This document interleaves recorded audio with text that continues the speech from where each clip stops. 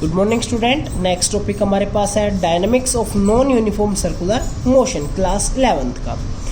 तो हम कोई भी एक ऑब्जेक्ट लेते हैं और उस ऑब्जेक्ट को अगर हम इसके अंदर एक स्ट्रिंग के साथ अटैच्ड करते हैं और उसको वर्टिकल डायरेक्शन के अंदर रोटेट करते हैं, जैसे कि हमने एक स्ट्रिंग से, एक धागे से, थ्रेड से एक पत्थर को, स्टोन को बांध लिया और उसको वर्टिकल डायरेक्शन के अंदर रोटेट करवाते हैं, तो उसको कुछ जगह पर, अलग अलग जगह के ऊपर अलग अलग वेलोसिटी की रिक्वायरमेंट होती है कि वो किस वेलोसिटी से हम उसको मूव करवाएं कि वो एक सर्कुलर कंप्लीट पाथ फॉलो करके नीचे आए।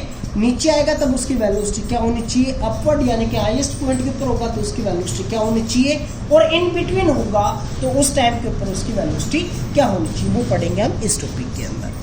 हमने एक पार्टिकल मानना है जो कि सर्कुलर पाथ के अंदर रिवॉल्व कर रहा है under the action of the torque. It acquires N angular acceleration.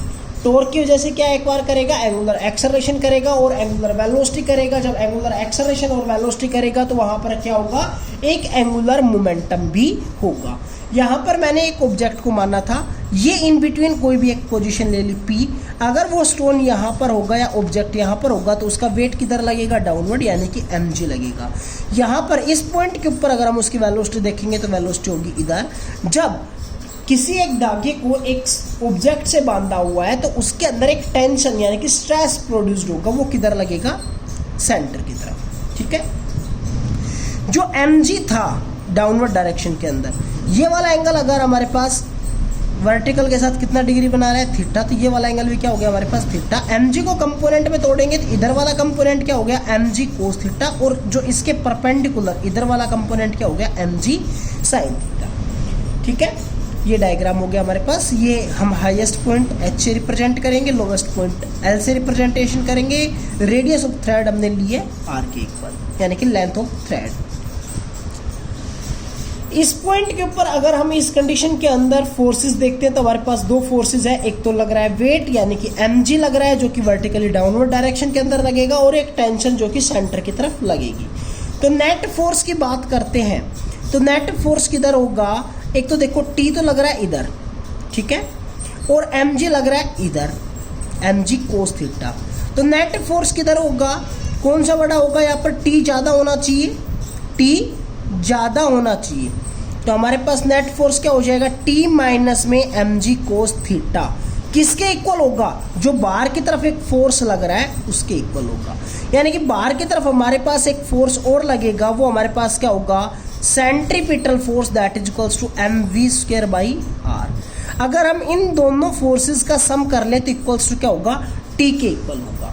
ठीक है, यानी कि T हमारे पास किसके इक्वल हो गया, that is equals to mv square by r plus mg cos theta. अगर हम T की मिनिमम वैल्यू निकालते हैं तो कोस थीटा की मिनिमम वैल्यू क्या हो सकती है, -1 हो सकती है, और वो कहाँ पर होगी, जहाँ पर थीटा की वैल्यू 180 डिग्री होती है तो वहाँ पर होती है। मतलब क्या हो गया, थीटा 180 डिग्री हो गया, तो 180 डिग्री कहाँ पर होगा, यहाँ पर। मतलब ये वाली पोजीशन के ऊपर क्या होगा, टेंशन इसके अंदर क्या होगी, मिनिमम होगी। ठीक है, टेंशन हाईएस्ट पॉइंट के ऊपर ही मिनिमम होगी, तो मिनिमम को हम T मिनिमम लिख सकते हैं, फिर टेंशन एट हाईएस्ट पॉइंट लिख सकते हैं। किसके इक्वल होगी, अब देखो, जब वो ऑब्जेक्ट यहाँ पर जाएगा तो T इधर लगेगा, ठीक है, और एक mg भी इधर लगेगा, लेकिन बाहर की तरफ एक क्या लग रहा होगा, that is equals to mv square by r। तो बाहर की तरफ कौन सा फोर्स हो गया, mv स्क्वायर बाई r, और अंदर की तरफ T प्लस mg। अगर हम T की वैल्यू निकालने चाहेंगे तो क्या हो जाएगा, mv square by r minus में mg। v कहाँ पर निकाल रहे हैं, H हाईएस्ट पॉइंट के ऊपर, टेंशन भी हाईएस्ट पॉइंट के ऊपर होगी। ठीक है, अगर हमारे पास T की वैल्यू 0 या 0 से लेस देन हो जाती है तो क्या वो स्टोन कंप्लीट सर्कल रिवॉल्व करेगा या नीचे आ जाएगा। अगर वहां पर टेंशन की वैल्यू 0 या 0 से कम हो जाएगी तो वो स्टोन क्या करेगा, हाईएस्ट पॉइंट के ऊपर जाने के बाद नीचे ही आ जाएगा, सर्कुलर पाथ रिवॉल्व। ऐसे सर्कुलर पाथ रिवॉल्व नहीं कर पाएगा, वो इस पॉइंट के ऊपर जाने के बाद नीचे की तरफ गिर जाएगा। ठीक है, तो टी क्या होना चाहिए, ग्रेटर देन इक्वल्स टू 0 के equal. Then T minimum that is equals to M V H का स्क्वायर डिवाइड बाई आर, यहाँ से हमने लिया है माइनस में M G that is greater than equals to 0। M G को इधर भेजेंगे तो एम वी एच का square by R that is greater than equals to M G, M से एम क्या हो गया कैंसिल। देन वी एच का square that is equals to R को इधर भेजोगे तो क्या हो जाएगा R G greater than equals to, और v क्या हो जाएगा V H that is equals to greater than equals to under root R G के इक्वल्स हो जाएगा। किस पॉइंट के ऊपर हुआ ये हमारे पास, हाईएस्ट पॉइंट के ऊपर होगा। ठीक है, अगर हम बात करें minimum value of velocity at highest point, वो हमारे पास क्या आ गई that is equals to G R के इक्वल होगी। अगर हम बात करें law of conservation of energy की, तो जो हमारे पास इस पॉइंट के ऊपर जो एनर्जी है वो इक्वल्स टू होगी इस पॉइंट के ऊपर। यहाँ पर जो एनर्जी है वो एक तो मोशन की वजह से है और एक हाइट की वजह से है। हाइट की वजह से पोटेंशियल एनर्जी, पोटेंशियल एनर्जी क्या होती है M G H, R radius यहाँ तक हो गई तो इसका डायमीटर क्या हो गया 2r, तो यहाँ पर पोटेंशियल एनर्जी क्या हो जाएगी एम जी 2r के इक्वल हो जाएगी। और अभी हमने वेलोसिटी निकाली क्या होगी आर जी के इक्वल होगी। तो हमारे पास L के ऊपर टोटल एनर्जी क्या होगी, जब वो पॉइंट यहाँ पर आएगा तो यहाँ पर पोटेंशियल एनर्जी 0 हो जाएगी, ओनली काइनेटिक एनर्जी रहेगी यानी कि हाफ एम वी स्क्वायर। तो हमारे पास क्या होगा हाफ एम वी एल का square that is equals to half M V H का स्क्वायर, जो हाईएस्ट पॉइंट के ऊपर kinetic energy plus highest point के ऊपर पोटेंशियल एनर्जी, इन दोनों के सम के इक्वल होगा।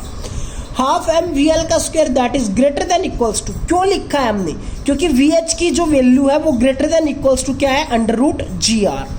ठीक है, तो यहाँ पर क्या करेंगे 1/2 एम, वी एच की जगह पर क्या पुट कर सकते हैं जी आर, लेकिन यहाँ पर साइन क्या हो गया greater than equals to, plus ये क्या बन गया 2 mg r।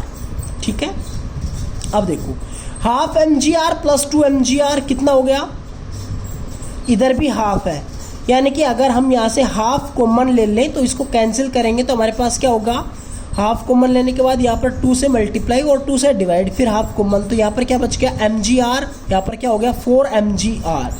तो हमारे पास हाफ से हाफ कैंसिल होने के बाद क्या बचेगा एम वी एल का square that is greater than equals to M G R plus 4 mg r means 5 mg r, M से एम कैंसिल, यानी कि वी एल का square that is greater than equals to 5g r, then V L that is equals to under root 5g r के equal होगा। तो हमारे पास जो lowest point के ऊपर जो उसकी वेलोसिटी होनी चाहिए वो किसके इक्वल होनी चाहिए अंडर रूट 5g r के इक्वल होनी चाहिए। ठीक है, और अगर हम टेंशन निकालें लोवेस्ट पॉइंट के ऊपर तो हमारे पास किसके इक्वल होगी, इस वाले पॉइंट के ऊपर देखेंगे तो देखो टेंशन इधर होगी, mg नीचे की तरफ होगा और m v square by r भी क्या हो जाएगा नीचे की तरफ, then t that is equals to M v square by r plus M g के इक्वल होगा। तो हम क्या लिखेंगे यहाँ पर एम वी एल का square divide by r plus M g. यहाँ से अगर हम वैल्यू पुट करते हैं वी एल की वैल्यू पुट कर देंगे तो हमारे पास क्या हो जाएगा 5 under root 5g, are put करते हैं तो हमारे पास क्या हो जाएगा टी मैक्सिमम होगी यहाँ पर टेंशन किसके इक्वल हो जाएगी M R 5g r plus M G, R से आर कैंसिल, यानी कि 5 mg plus M G that is equals to 6 mg होना चाहिए। ठीक है, टेंशन मैक्सिमम 6 mg से ज़्यादा हो। अगर मान लेते हैं किसी भी इन बिटवीन एक पोजीशन हम मान लेते हैं यहाँ पर जो कि इसके साथ 90 डिग्री का एंगल बना रही है, उस पोजीशन के ऊपर क्या होगा m पॉइंट माना गया है।